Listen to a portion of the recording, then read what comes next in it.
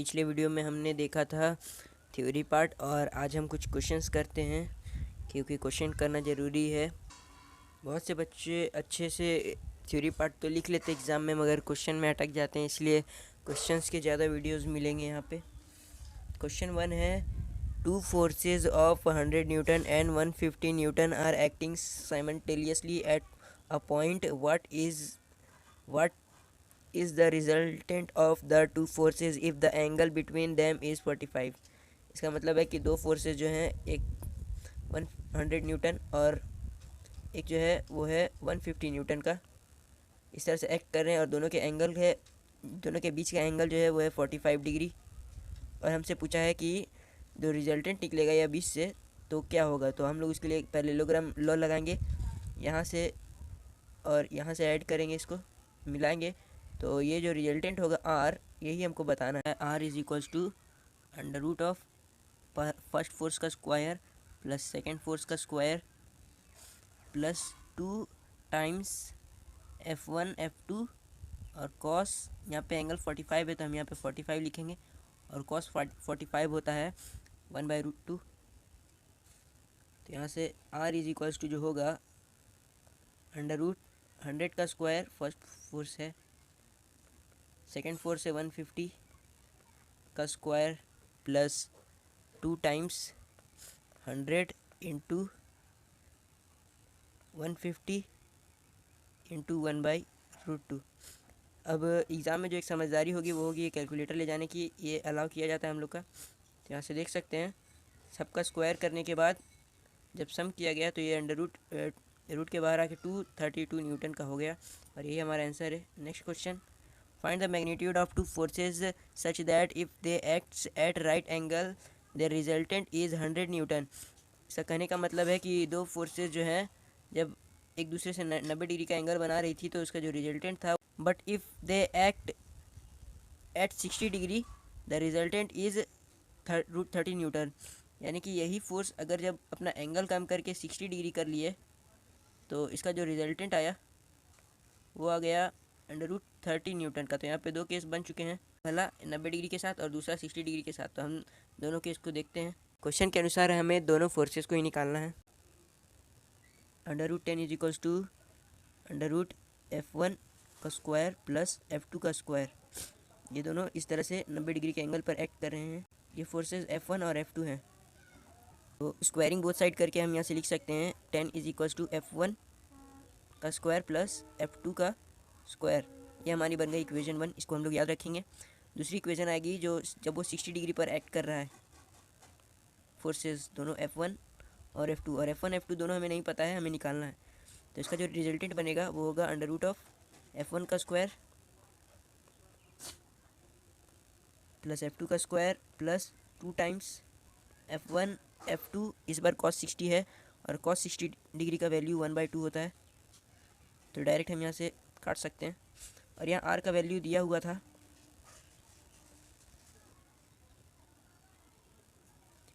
R is equal to √13 है according to question. अब हम लोग स्क्वायरिंग बोथ साइड करेंगे तो यहाँ से आ जाएगा 13 इज इक्वल्स टू F1 और F2 का वैल्यू हम लोग डायरेक्ट यहाँ से 10 लिख सकते हैं, ये ऊपर वाली इक्वेशन से। F1 का स्क्वायर और F2 का स्क्वायर 10 है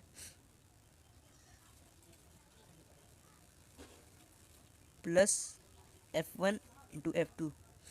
अब यहाँ से हम लोग आगे लिख सकते हैं कि F1 into F2 is equals to 13 minus 10। ये वाला 10 जो है इस तरफ चल जाएगा तो ये 13 माइनस 10 होके F1 इंटू F2 का वैल्यू आ गया 3। हम लोग ये भी याद रखेंगे। अब आता है स्टेप 2, इसमें हम लोग को कुछ फॉर्मूले लगाने पड़ते हैं, मैं बताता हूँ कौन से। a प्लस बी का होल स्क्वायर का फॉर्मूला लगाना है। F1 प्लस F2 का whole square is equals to F1 square plus F2 square plus 2F1 F2। यहाँ से सबका वैल्यू हम लोग को पता है, F1 F2 का सम इज इक्वल्स टू 10 था और 2 times F1 F2, F1 into F2 आया था 3 और इसका 2 गुना हो जाएगा 6, इसलिए F1 plus F2 is equals to, अब ये जो स्क्वायर है ये इस साइड जाएगा तो रूट हो जाएगा, 10 और 6 16 होता है, जोड़ के लिख दिए, इसलिए F1 plus F2 is equals to ये हो जाएगा 4। यहाँ से हमारी बन गई एक इक्वेशन।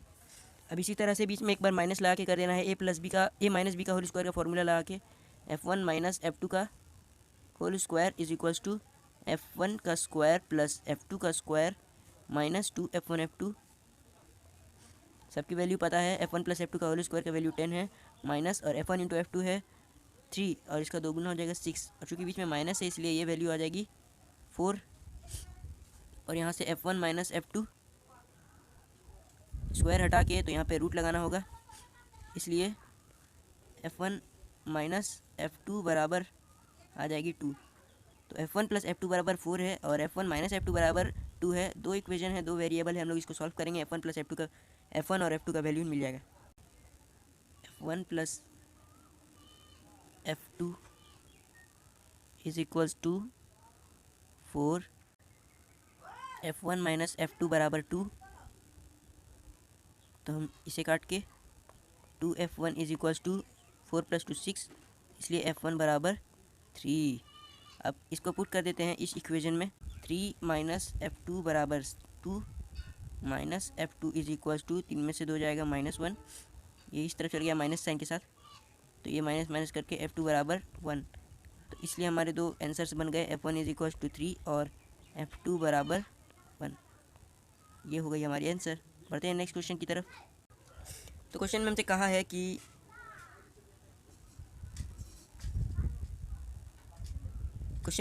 है कि एक ही पार्टिकल पर जो पहला फोर्स लग रहा है वो इस तरफ लग रहा है 2 किलो न्यूटन का, और ये हॉरिजेंटल है। यहाँ से 45 डिग्री के एंगल पर सेकेंड फोर्स लग रही है जो कि है 2√2 किलो न्यूटन की। 45 डिग्री के एंगल पर 2√2 न्यूटन की फोर्स लग रही है, और तीसरी फोर्स जो लग रही है वो 1 किलो न्यूटन की है डायरेक्ट 90 डिग्री के एंगल पर। तो हमें बताना है कि इसका रिजल्टेंट क्या होगा।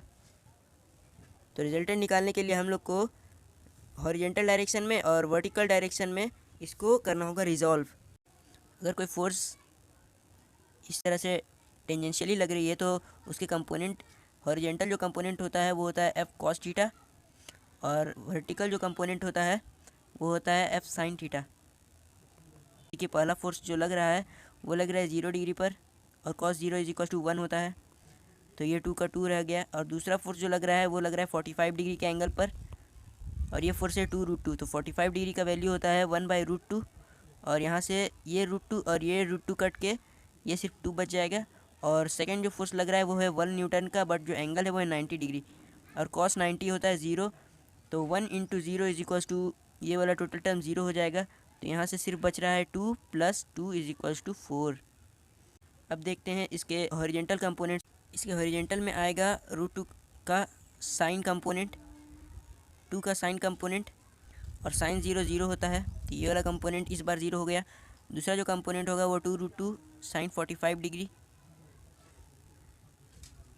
इसका जो √2 का जो 2√2 का जो कंपोनेंट होगा साइन वाला वो होगा इसी डायरेक्शन में, 2√2 साइन 45 डिग्री यहाँ होगा।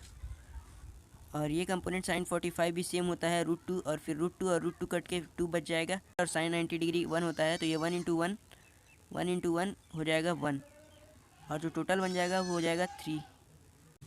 तो रिजल्टेंट इज इक्वल्स टू √4 का स्क्वायर प्लस 3 का square is equal to 5 kilo newton. अब हमें एंगल बताना है, तो tan थीटा जो होता है वो होता है परपेंडिकुलर बाय बेस। तो इसमें परपेंडिकुलर कौन होता है, वो होता है साइन का कंपोनेंट, और बेस कौन होता है, वो होता है कॉस का कंपोनेंट।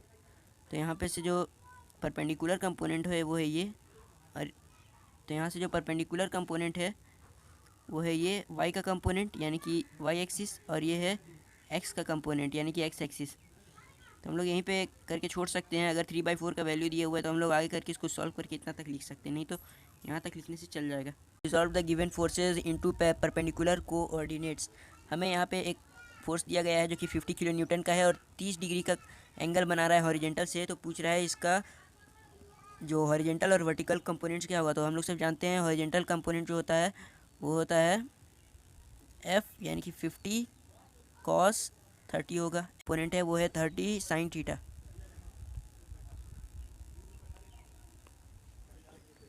तो हम यहाँ से लिख सकते हैं कि x डायरेक्शन में 50 cos 30, और cos 30 का वैल्यू होता है 50 इंटू 0.866। अब ये 0.866 √3/2 का ही भागा दे के आंसर आया हुआ है, दोनों को मल्टीप्लाई करके आंसर आ जाता है।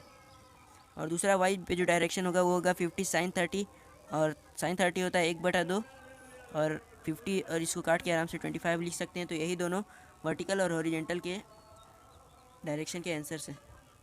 बढ़ते हैं नेक्स्ट 5 नंबर क्वेश्चन। लीजिए कि ये 40 mm का रॉड है जिस पर 40 न्यूटन लगा के कोई इस तरफ इस डायरेक्शन में खींच रहा है, और ये दूसरा रॉड है 30 mm का जिसको 50 न्यूटन लगा के कोई खींच रहा है। तो इसका रिजल्टेंट जो बन जाएगा वो इस तरफ बन जाएगा, क्योंकि एक इस तरफ खींच रहा है, एक इस तरफ खींच रहा है, तो तीसरा इस तरफ बन जाएगा। लेकिन यहाँ देख सकते हैं कि यहाँ पे एक तीसरा फोर्स भी है जिसको कोई इस तरफ खींच रहा है। यहाँ पे एक तीसरा फोर्स भी है इस डायरेक्शन में। अब इसे रिजॉल्व करना होगा। इस रॉड के पैरेलल में हमने इस रॉड को मान लिया। अब ये एंगल एक थीटा है, तो ये भी एंगल थीटा होगा क्योंकि एक एकांतर कोण है। तो इसका जो बेस कंपोनेंट है वही ये हॉरिजॉन्टल कंपोनेंट ये है, तो ये बन जाएगा cos theta, f cos theta, और ये वाला जो कंपोनेंट बन जाएगा वो बन जाएगा f sin थीटा। तो हम अच्छे से देख पा रहे हैं कि ये 50 न्यूटन का फोर्स ऊपर की तरफ लगा रहे हैं, पर एक नीचे की तरफ भी फोर्स लग रहा है जो कि है f sin थीटा। इसका मतलब ये होगा कि इसका जो नेट फोर्स होगा हॉरिजॉन्टल डायरेक्शन में जो फोर्स होगा वो होगा 50 माइनस f sin थीटा, क्योंकि दोनों का डायरेक्शन अपोजिट है, एक ऊपर है तो दूसरा नीचे है। ठीक इसी तरह से हम देख सकते हैं कि ठीक इसी तरह से एक फोर्स इस तरफ लग रही है 40 न्यूटन की, पर जो दूसरी फोर्स है वो इस तरफ लग रही है f cos थीटा। तो इसका जो रिजल्टेंट होगा वो होगा f resultant is equals to, जो भी बड़ा होगा, मान लेते हैं 40 बड़ा है, 40 माइनस f cos थीटा। क्यों? क्योंकि एक इस डायरेक्शन में और एक इस डायरेक्शन में। और इस डायरेक्शन में कैसे पता चला? ये हमें इसके पैरेलल में जो लाइन लिए थे उससे लेके समझ में आया कि ये एंगल थीटा है तो ये भी थीटा होगा, एकांतर कोण है। और इसलिए sine theta is equals to 3/5 करके 0.6 ये वैल्यू हम भी निकाल सकते हैं। और ये cos थीटा 4/5 करके 0.8 आ गया है। Resolving on the forces horizontally. अब जब हॉरिजेंटली सब फोर्सेज को बैलेंस किया जाएगा तो ये 40 का डायरेक्शन पॉजिटिव है, पॉजिटिव एक्स एक्सिस है, और 30 cos थीटा का डायरेक्शन जो है वो इस डायरेक्शन में है। तो इसका रिजल्टेंट जो है माइनस करके आएगा। और ये cos थीटा का वैल्यू यहाँ से हम लोग बैठा दिए हैं। ये हम लोग का हॉरिजॉन्टल कंपोनेंट है 16 का, और दूसरा फोर्स जो है वो 32 न्यूटन का है मगर पॉजिटिव है। इसका मतलब ये पॉजिटिव वाई डायरेक्शन में आया है, तो इसका रिजल्टेंट जो होगा वो हम लोग पैरेललोग्राम लॉ से निकालेंगे ना। तो ये हो गया 16 का स्क्वायर प्लस 32 का स्क्वायर इज इक्वल टू 35.8। ये हमारी हो गई आंसर। डायग्राम से हम लोग डायग्राम से जो जो समझ सकते हैं उसको देख लेते हैं। 25 किलो न्यूटन का फोर्स राइट डायरेक्शन में है और 20 किलो न्यूटन का फोर्स लेफ्ट डायरेक्शन में, तो इसका रिजल्टेंट उस साइड होगा जिस साइड ज़्यादा होगा। ये हम लोग का हॉरिजॉन्टल कंपोनेंट हो गया। अब देखिए 50 किलो न्यूटन का फोर्स इस तरफ लग रही है और 35 किलो न्यूटन की भी फोर्स नीचे की तरफ लग रही है, तो इसका रिजल्टेंट जो होगा वो डाउनवर्ड ही जाएगा।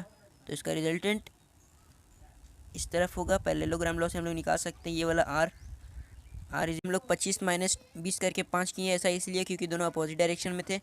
और वर्टिकल कंपोनेंट्स में हम लोग -50 -35 किए, वो माइनस इसलिए क्योंकि ये दोनों नेगेटिव वाई डायरेक्शन में थे, नीचे की तरफ थे इसलिए। और दोनों को सम इसलिए क्योंकि ये दोनों एक ही डायरेक्शन में थे, तो ये आ गया -85। तो दोनों को स्क्वायर करके सम करके अंडर रूट चढ़ा देना। जब ये रूट से निकलेगा तो ये हो जाएगा 85.15 किलो न्यूटन, और ये आ गई हमारी मैग्नीट्यूड। इसके बाद हम लोग से डायरेक्शन पूछा था, तो एक कंपोनेंट इस साइड है एक्स डायरेक्शन, एक कंपोनेंट इस डायरेक्शन में। तो इसका जो tan थीटा होगा डायरेक्शन के लिए, वो एंगल निकालने के लिए tan theta is equals to perpendicular by base.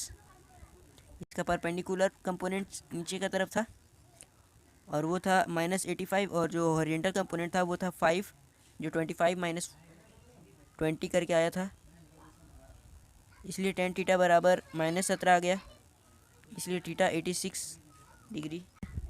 इसको एक बम के फटने से समझ सकते हैं कि इसका जो पहला पार्टिकल है वो 20 न्यूटन से इस डायरेक्शन में गया, दूसरा पार्टिकल 25 से इस डायरेक्शन में गया, तीसरा जो है 30 न्यूटन से इस डायरेक्शन में गया, और चौथा है वो 35 न्यूटन की से इस डायरेक्शन में चला गया।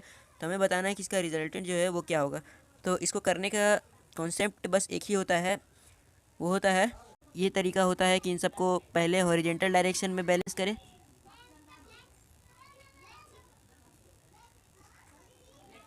इस डायरेक्शन में बैलेंस करें, देख ले कि कौन सारी फोर्सेस हॉरिजेंटली लग रही हैं। और उसके बाद ये स्टेप 1 है, और स्टेप 2 में हम लोग को वर्टिकल में देखना है कि कौन कौन से फोर्सेस लग रही हैं। और वर्टिकल कंपोनेंट होता है एफ साइन थीटा। तो देखते हैं, तो यहाँ भी यही किया गया है। पहले हॉरिजेंटली सबको बैलेंस करने की कोशिश की गई है। 20 cos 30, 25 cos 90, ये वाला कंपोनेंट तो ज़ीरो हो जाएगा, cos 90 ज़ीरो होता है। उसके बाद है 30 cos 135 और 35 cos 220 डिग्री।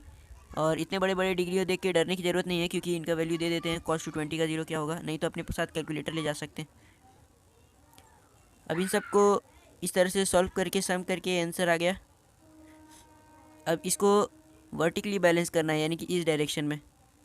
इसके कंपोनेंट साइन होते हैं, सब कुछ सेम रहेगा 20, लेकिन कॉस की जगह पे अब सब में साइन लिखा रहेगा।